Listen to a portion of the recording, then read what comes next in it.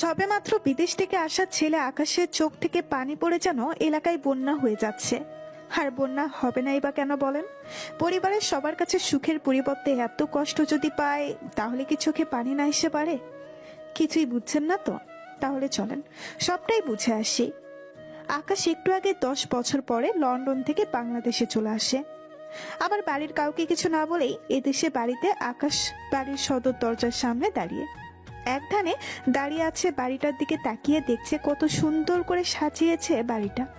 আকাশ উপরের দিকে তাকিয়ে অবাক হয়ে ভাবছে, 10টি বছর হলো আমি দেশের বাইরে গেছি, বাড়িতে কি হয়েছে না হয়েছে আমি কিছুই জানি না। যাক, বাবা আর ভাইয়া মিলে সেই পুরাতন বাড়িটাকে এত সুন্দর করে দোতলা ভবনে তৈরি করেছে। ইস, দেখেই মনে হচ্ছে আমার মনটা ভরে গেছে। তা আমার বাড়িতে এত সাজসজ্জা কেন? মা তো আমাকে কিছুই বলেনি। দেখি ভিতরে গিয়ে তাহলে বুঝতে পারবো। আকাশ গুটি গুটি পায়ে হেঁটে বাড়ির ভেতরে প্রবেশ করে বাড়ির ভেতরটা আরো সুন্দর করে সাজানো।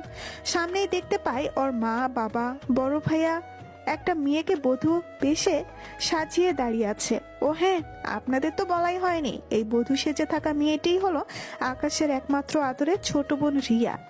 রিয়ার যখন 6 বছর বয়স তখন আকাশ লন্ডনে চলে যায়, তারপরে আর কখনোই দেখেনি, তাই আজকে চিনতে পারলো না। আকাশ ধীরে ধীরে ওর মায়ের কাছে গিয়ে বলল, মা, তোমরা সবাই কেমন আছো? আর এখানে কার বিয়ে হচ্ছে? কই, আমাকে তো কিছু বলনি। আকাশের মা আকাশকে কোনো কথা না বলে টেনে সেখান থেকে একটা রুমে নিয়ে আসে, সাথে ওর বাবা ভাইও চলে আসে সেখানে। আকাশের মা ফরিদা আকাশকে উদ্দেশ্য করে বলে, আকাশ, তুই যে দেশে আসলি, কই একটা বারের জন্যও তো আমাদেরকে বললি না, আর হঠাৎ করে চলে আসলি কেন? আকাশের বাবা নূর হোসেন আকাশকে কিছু বলতে না দিয়ে তিনি বলেন, হ্যাঁ আকাশ, তোর মা তো ঠিকই বলেছে। তুই হঠাৎ করে চলে আসলি কেন? তুই জানিস না আমরা কত টাকা ঋণে ডুবে আছি? সেই টাকা শোধ করে আসতি।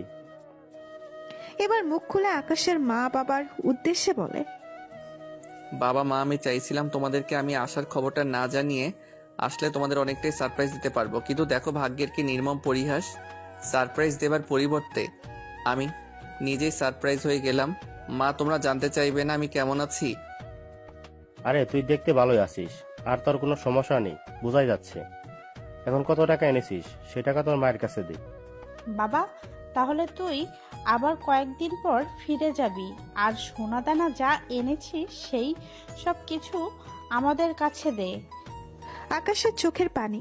কত আশা ছিল সবার সাথে দেশে গিয়ে আনন্দ করবে, আর আনন্দের পরিবর্তে এমনটা হবে কে জানতো।